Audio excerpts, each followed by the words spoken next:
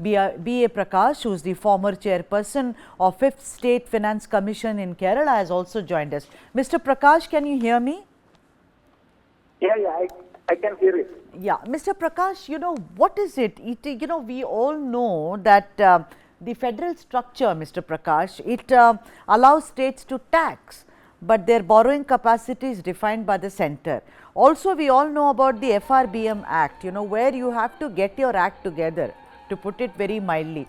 What is this that Kerala is doing? It's cut back on the Onam kits, and it's only giving to those who are severely economically marginalized. What is it? A case of a state mismanaging its its finances, not planning enough for the budget, overspending, not enough tax collection. How do you look at it, Mr. Prakash? All available data on state finances suggests that Kerala is facing an unprecedented fiscal crisis. Even the finance minister said that Kerala is facing an unprecedented fiscal crisis. I think the poor financial management is the main reason for this state of affairs. And currently, the state do not have resources. Other than, the entire available resources is spent for salary, pension and certain essential items of expenditure.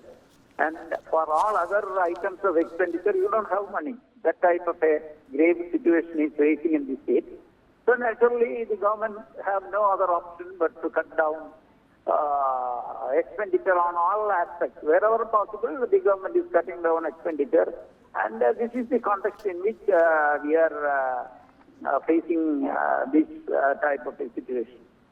Right. So, but tell me something, Mr. Prakash, before I go to Gokul Chandran, I want to ask you one more question, Mr. Prakash, that is this a very serious indication if a government starts cutting back on an annual festival kit that is expected from the people, that yes, the government will give us semia for payasam, or they will give it chakravarti and stuff like that? Do you think it's a very, very serious indication? Like, the doctors say, is your body giving you a sign, as it were, that you are sick? So, this is the hard reality you have to take into consideration.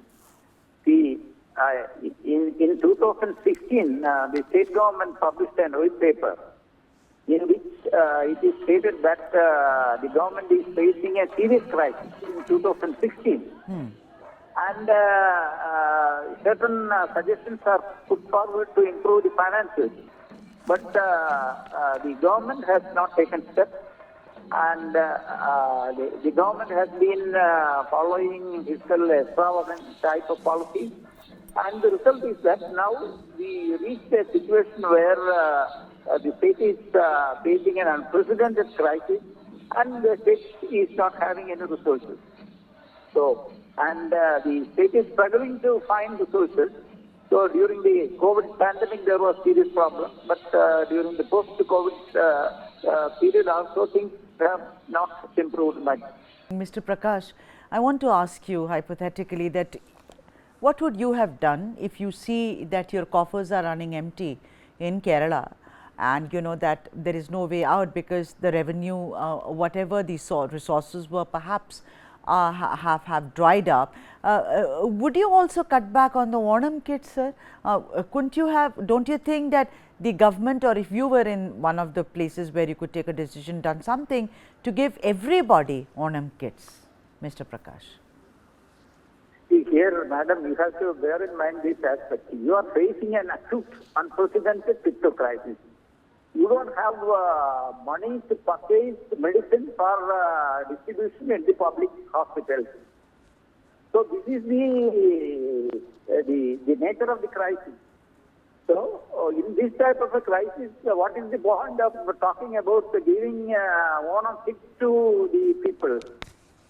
See, the situation is so precarious, and the government is not having funds, and nothing can be done. And that type of a very gloomy situation is prevailing. Unfortunately, the fiscal management is very poor, and that is the reason. Right. So Yeah, no, you know, good I provoked you, because I knew that as some boy, you know, as an economist, you would speak about, you know, that why talk about Onam kits when people don't even have money perhaps to buy, the government rather, to buy, procure medicines. You know, when it comes to KSRTC's salaries, I want to read out and look at it, you know. This minister, Transport Minister Antony Raju, he blames the finance department for the delay in disbursing salaries, and he says, sir, please listen, Mr. Prakash, this month the finance department approved only 30 crores and we are yet to receive it. An earlier demand for rupees 60 crores is yet to be approved. The delay in salary payment has therefore raised protest amongst employees. What is going on, sir? I mean, it seems like the right hand does not know what the left hand is doing. in the treasury, you don't have funds to pay the amount. That is the reality. See, the KSRTC people, they look upon the government to get money for their salaries and pensions. And what the government is doing is that the government is borrowing money from some sources and giving salaries or even pensions. Now the treasury, they don't have funds. How they can give money to KSRTC? That type of a very precarious situation that is prevailing in the state. So that is the ground reality.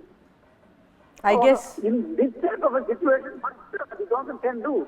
I know, but I guess Mahabali would have to descend once again, I guess, you know, and somehow save the people of Kerala from the financial crisis. Mr. Prakash, you know, let's not, if I may request you, you know, if there is a way out, I mean, what seems to be, because borrowing doesn't seem to be the option now. You know, what is the way out? Give us some hope. Leave us with some hope, Mr. Prakash. I have been the chairman of the Kerala Public Expenditure Committee for 4 years, 3 years, and also the chairman of the State Finance Commission. I have explained the finances in detail, and I have given so many recommendations to the finances, even in some 10 years back. The successive governments in Kerala, they were not prepared to implement any measures for improving the finances. You see, that is the political economy here, and I don't have much hope about the situation, and I don't think there is any possibility for improving the situation.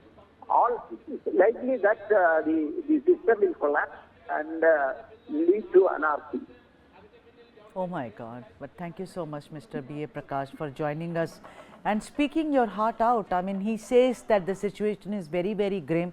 He says he had given some recommendations to the state government, that is to Kerala, but they did not pay heed.